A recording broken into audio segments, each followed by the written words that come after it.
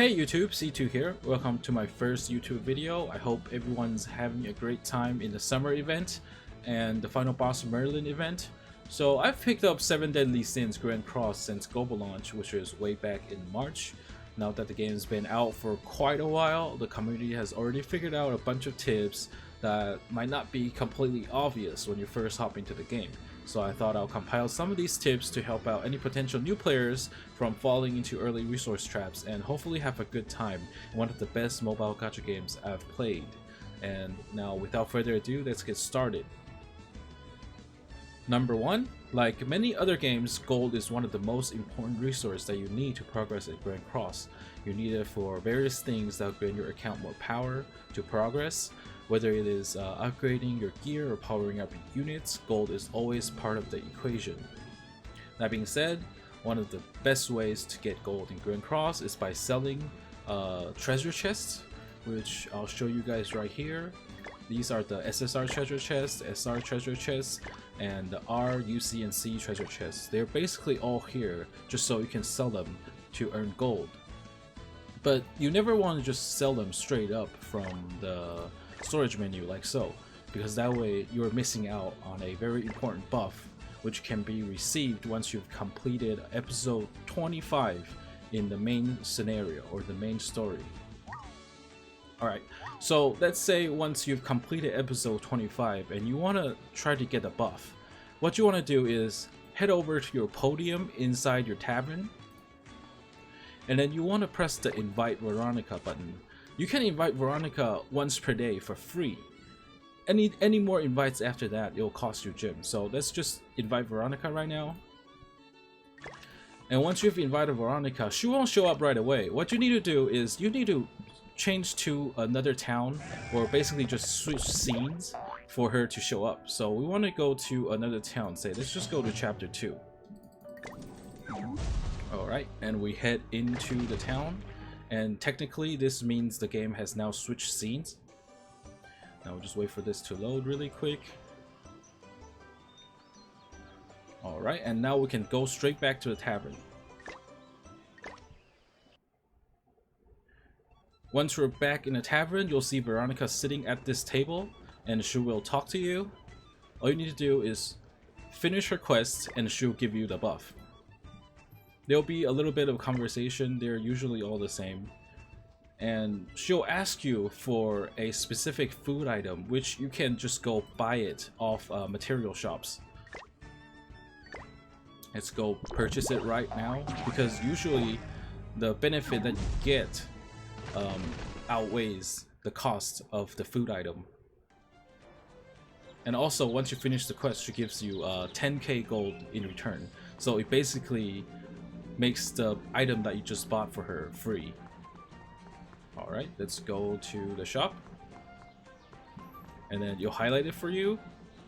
Just buy it really quick. Alright, now we're back to the tavern.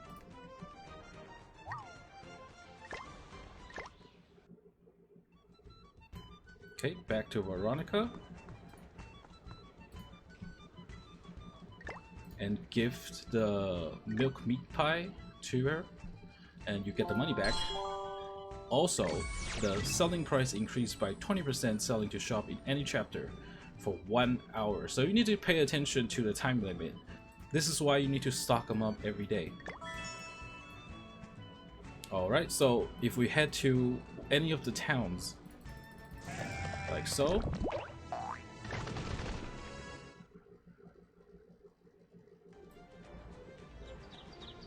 and head to one of the shops,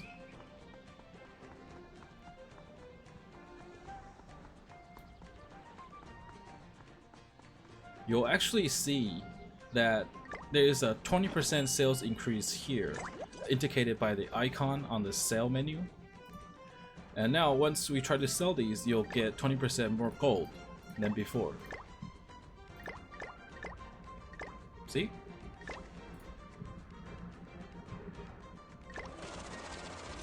Alright, and on a side note, once you've completed chapter 7, episode 122, Veronica will no longer visit the tavern. Instead, the buff becomes constant. Okay, so now that we're finished with the first tip, I've gone on ahead and hopped back to my own account. Let's get started on tip number 2. Don't invest on SR gears. High grade gears might be hard to come by when you first start the game. Most players wouldn't dare to even think about going straight for SSR gears right off the bat.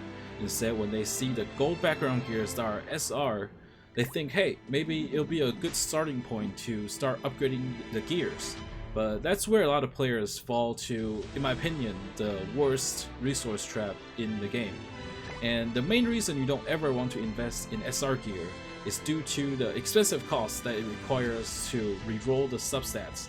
Like right here, if I try to change the substats on this piece of SR belt, it will actually cost me diamonds or anvils, which you never want to do, because it's the same resource that you need to upgrade your future SSR gears.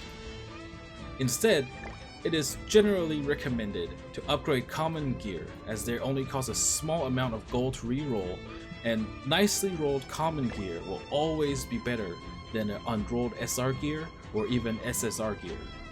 Let me show you guys right here. If I try to reroll this Pierce Ray, it will only cost me gold.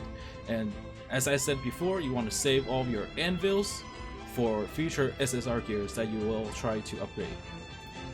Tip number 3, enhancing your gear anywhere from +1 to +5 before salvaging will give you a higher chance of yielding better rewards. But this is a balancing act, as enhancing costs you enhancement stones and gold, so don't go all in and +5 everything if you're already short on gold. As you progress in the game, gears are very easy to obtain and farm, so there's no need to feel like you're wasting value. Usually do this for SR and SSR gears, as lower tier gears yields are generally not worth the time that it takes to enhance them. Also, if you're ever in need of more storage room for your gear, just toss them onto random units in your box. Equipped gears doesn't take up storage space, and you'll also boost your box CC by a respectable amount. Tip number 4.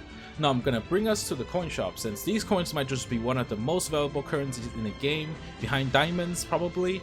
We'll start with the friendship coins. Always have as many active friends on your friend list so you can earn as many friendship coins to buy these event dungeon keys for more chances to obtain valuable pendants to power up your units.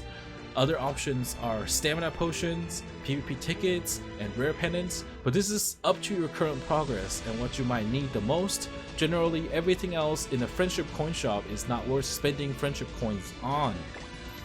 As for silver coins, you want to strictly spend them on stamina pots for the best value. Gold coins, there's only a couple of circumstances you actually spend them: when you need more SR pendants, and when you want to level up or max out some of the SSR unit levels. But always pay attention to the discount on the top of the screen. You can pick up the characters for 20 gold coins instead of the usual 30 coins that they go for. Quick reminder, for the Escanor weapon, Sacred Axe Rita is in the gold coin shop from July 6th after maintenance until July 14th, so pick it up if you want a new UR weapon for Escanor. Now let's get to the SSR coins, or the platinum coins. Get Red Gother if you don't already have him, hands down one of the most widely used, one of the best units in the game, and then Green Merlin. These two are very safe bets. Once you have both of them, just pay attention weekly on what characters are on sale and pick them up to upgrade your old levels as you see fit.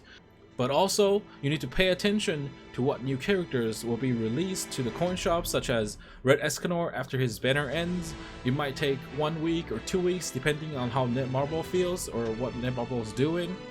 And basically, this brings an end to our coin shop section. Tip number 5, last tip of the video, is something I didn't figure out until I was a few weeks into the game.